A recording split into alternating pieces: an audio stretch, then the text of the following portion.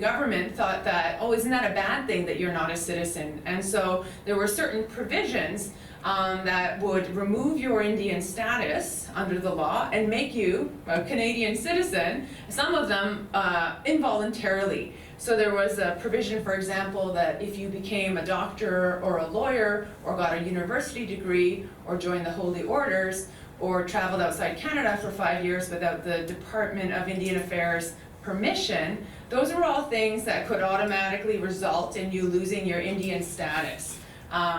Anyway, so some of those provisions were removed, some of the worst ones.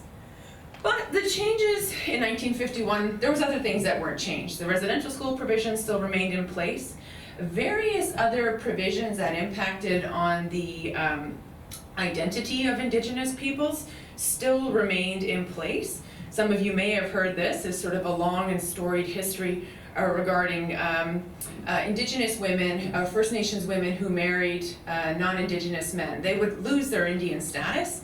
And this was the case right up until 1985, and there's still some ongoing, lingering effects of that. But these rules were kept in place. Yeah, there's a long history, and there was a bunch of other sort of similar rules around status that impacted people's ability to be regarded as Indians under the Indian Act.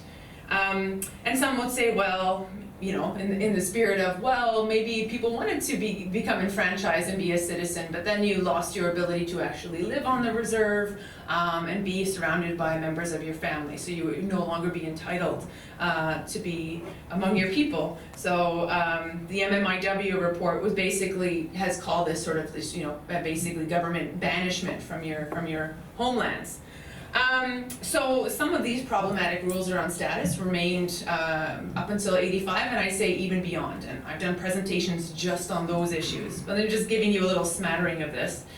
The other thing that the 1951 amendments to the Indian Act did was introduce this Section 88 of the Indian Act, which, remember, going back to this idea, there was a proposal that, you know, we should try to get Indians to become part of the provincial jurisdiction, so they would just kind of be absorbed into the provincial mainstream, and hopefully the provinces would provide services to them, and so the federal government wouldn't have to.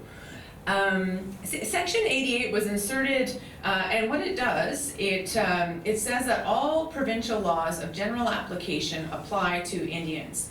And from what I've read, it seems that it was very much an attempt by Canada to say, hey, provinces, you know, you should be the one providing education services and social services and child welfare services.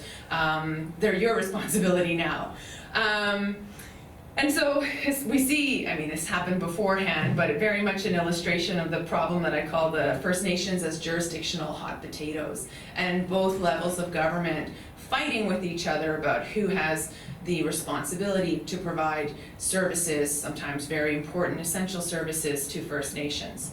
And so this was sort of the beginning of that. And what happened when Canada inserted this is they did it unilaterally. They didn't speak to the provinces, and the provinces said, hell no, we're not going to provide these services, not unless you pay for it. We're not offering any of these services. So that has led to a long-standing sort of dispute, which I'll talk to a little bit more after. Yeah, and I guess the last thing I'm going to say about the 1951 Indian Act is that this was the last time there was a major amendment to this act.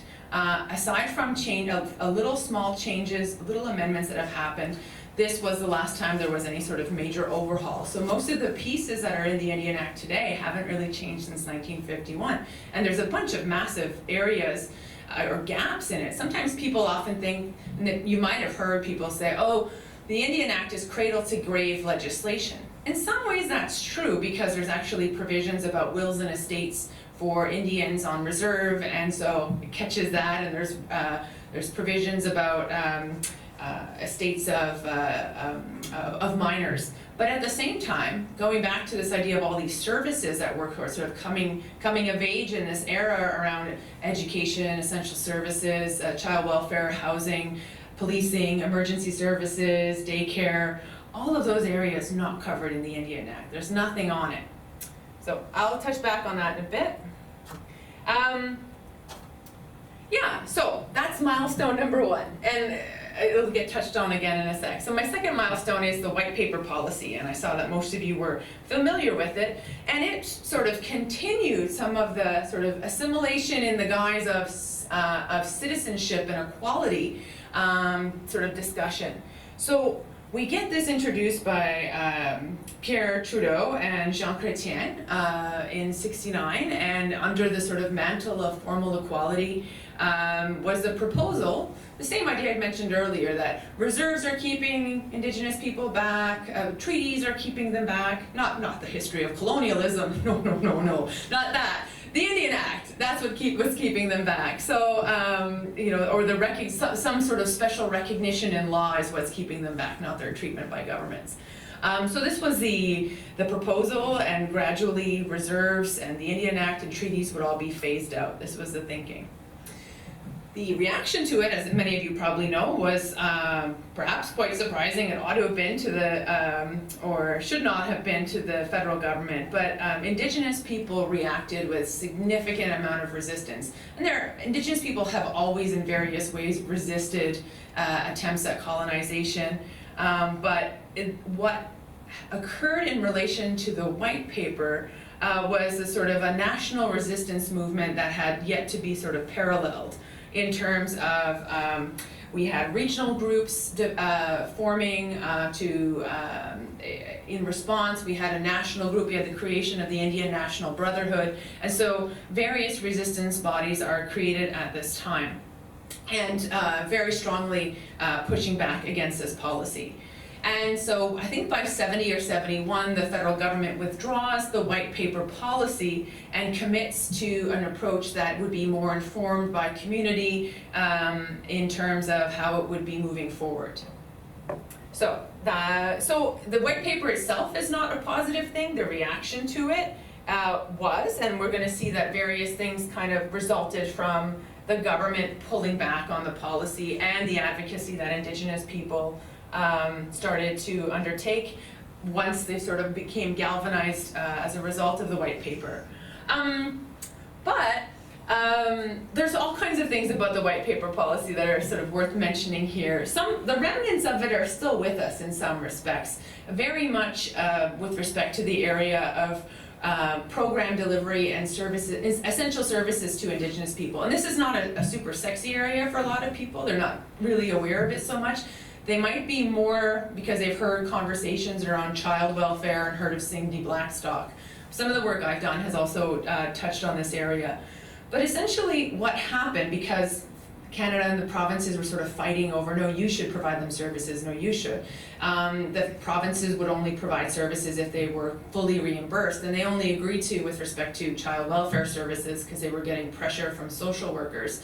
But beyond that, they didn't want anything to do with providing basic essential services to First Nations people on reserve. So what happened is that Canada begrudgingly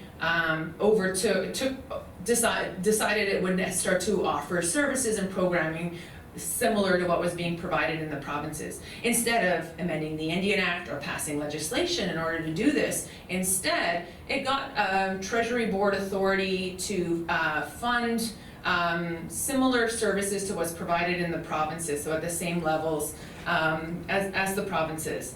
However, there's a lot of evidence now today that suggests that that's not what happened. The federal government, although it nominally says that it's providing a similar level of services to the provinces in the child welfare, there's a famous 2016 human rights case about child welfare on reserves, and there's similar cases sort of ongoing, but very much the evidence points to that these programs and services are severely underfunded. Canada does not actually keep track of it, whether it's providing anywhere near the same level of essential services as the provinces do to their population. Often these programs are, the way that Canada provides them is kind of bizarre as well. So Canada doesn't pass a law. What it decided to do was to go over and take the policies of the provincial government and kind of take their laws, take their policies, and kind of craft their own for the particular region that they were situated in. So on social assistance, for example, New Brunswick and Nova Scotia regions developed like a policy on social assistance for First Nations on reserve. So they just took the provincial policy and sort of plopped it on reserve, but without sort of looking at it to see whether it would be appropriate, whether it would meet the needs of First Nations people. So there's significant issues, and if you're interested in reading a lot more about this, because I could go on about this at length, there are far more problems with this system than just what I've mentioned. Eventually, the programs get delivered by First Nations. The government agrees to allow First Nations to do this. So this is my second point here. There's, after the white paper, more emphasis on community-driven programming. But this is it, and First Nations at this time are starting to ask for self-government. What they get from the government, however, is not self-government, but something called self-administration.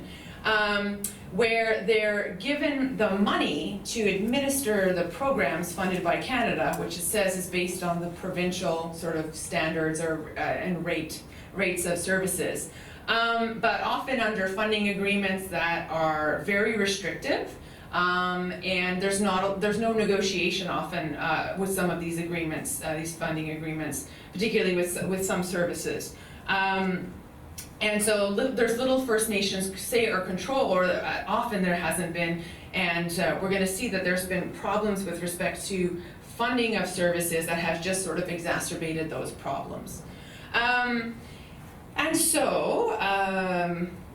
This has created a really major issue, which we're starting to unravel, but this is sort of one that tends to go unseen, right? Even when we're talking about TRC and other things, just the massive underfunding and just the dysfunctional delivery of services on reserve, I think, has been massively responsible for the exacerbation of poverty, right? And often when people look on reserves and they see poverty, they think, oh, it's just intergenerational effects. It's just intergenerational effects of colonialism and residential schools. And I'm like, no, it's actually because of policies that are in place right now still that are keeping this poverty in place.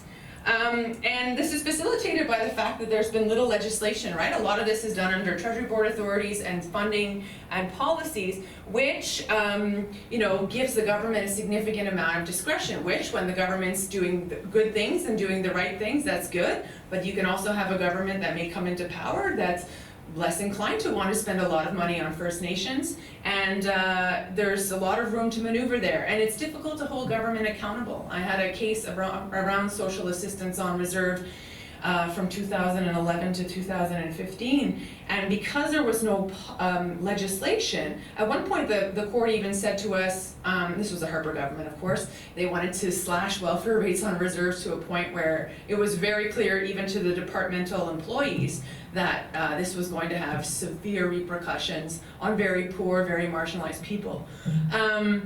And the court even said, well, there's no legislation, I don't even know if I'm able to review this. And because it's about money, we got a little bit of relief in that case, but the point is that because there is no legislation, it really makes accountability very, very challenging in this area.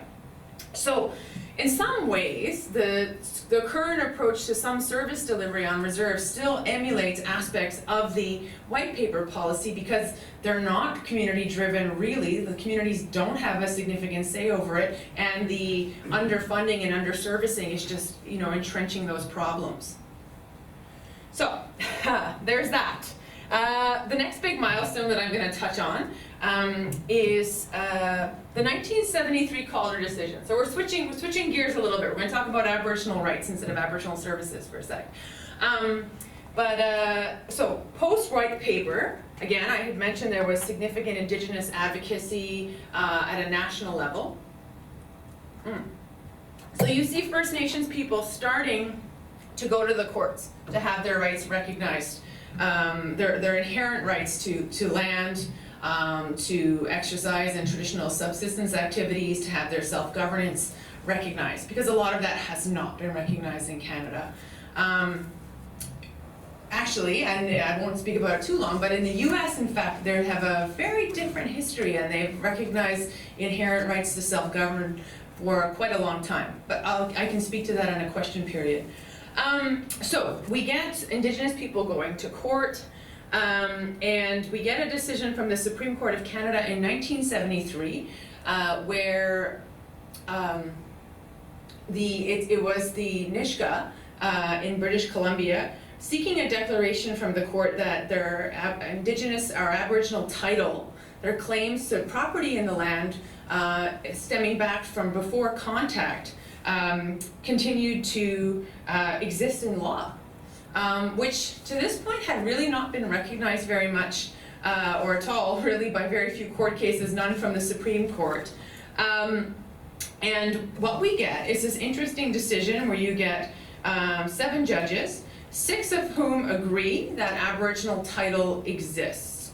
But they have, or it existed, became part of the common law of Canada because of the pre-existence of Indigenous people before the arrival of Europeans. The fact that Europeans then came did not, well, 3 of them said that 3 of the 6 judges who found that Aboriginal title existed at common law said, oh, well, no, in British Columbia it's been extinguished.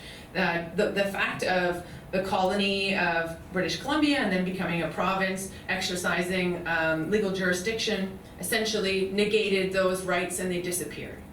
Then there was 3 other judges who said, it's possible for that to happen, but it didn't happen in this case, and in fact it should be a high threshold.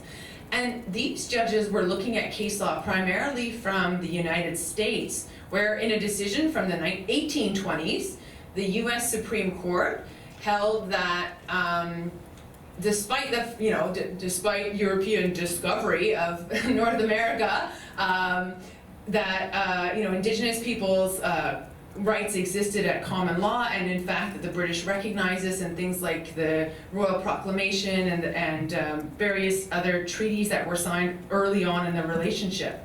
And in the US, some of these cases, in fact, there was 3 sets of cases that came out from 1820 to 1832. And in this first case, the court said, yeah, their common law rights continue, although they are affected a little bit by the fact of discovery by Europeans. But they said what it does is that it means that the Indigenous people can only sell their land to the British Crown. They can't sell it to private parties.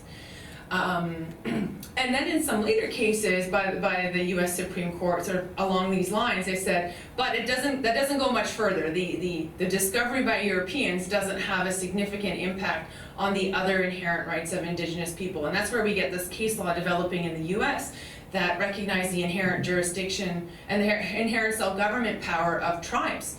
And they were called in one of the decisions domestic dependent sovereigns, that they were somehow still within the United States but possessed inherent sovereignty. And this is why in the US, and there's a few more reasons for this, but in the US most of the tribes have their own court systems, their legal systems are recognized, so a very different case law. But our Supreme Court went and drew on some of that case law, not all of it, but they drew on the part that said, yeah, Indigenous peoples' rights continue after the arrival of Europeans because they existed pre-contact, but they were mostly talking about it as property rights, not so much in the self-government inherent rights part of it, which we'll see is a problem.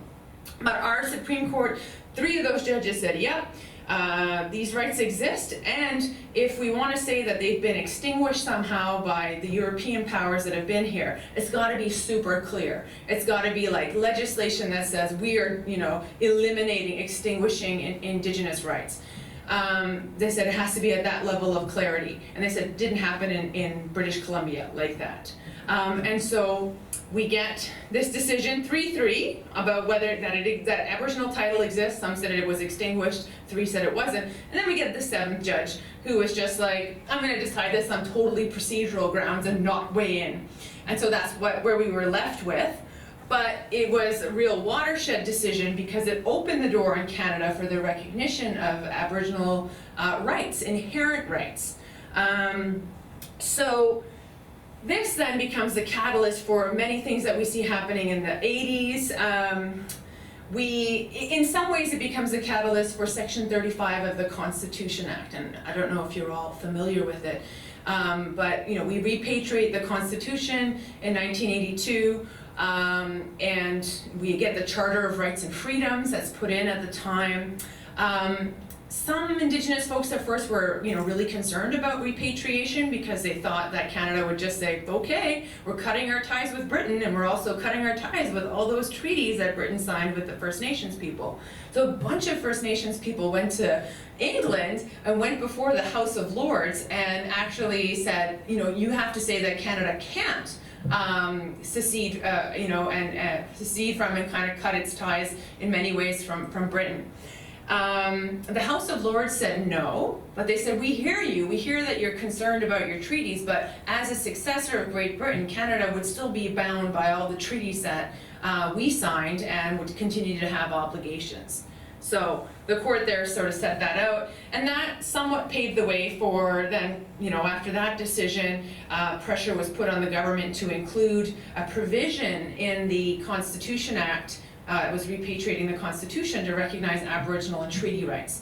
And so we get this section 35 in the Constitution that says the Aboriginal and treaty rights of the Aboriginal peoples of Canada are hereby recognized and affirmed. That's all it says. And then there's a second subsection that says Aboriginal peoples means Indian, Inuit, and Métis. There's a few others, but those are really kind of the two main parts of that. So that gets inserted into the Constitution. I'll come back to that. Getting back to another impact of the Calder decision is that after the Supreme Court recognized Aboriginal title, even though it was still kind of up in the air a little bit, Canada decided to reverse its long-standing policy of not negotiating any claims with respect to land. I said earlier, for 30 years, they even banned lawyers from representing Indigenous groups. After I think one of the Treaty 11 of the numbered treaties signed in 1923, I think it was, 1923 or 1926, Canada said, no more treaties, we're not signing any more treaties. And when there were claims about, treaties that had to be, that created rights to reserve land, or reserve land that had been encroached by other people, and so sort of a different type of land claims, what we call specific land claims. And the second are called comprehensive land claims. Those are claims to large pieces of territory. The claim that the Nisga'a had when they went to court in Calder is called a comprehensive land claim. And there's various groups in Canada that have comprehensive claims, to their traditional territory. So it was only at this point that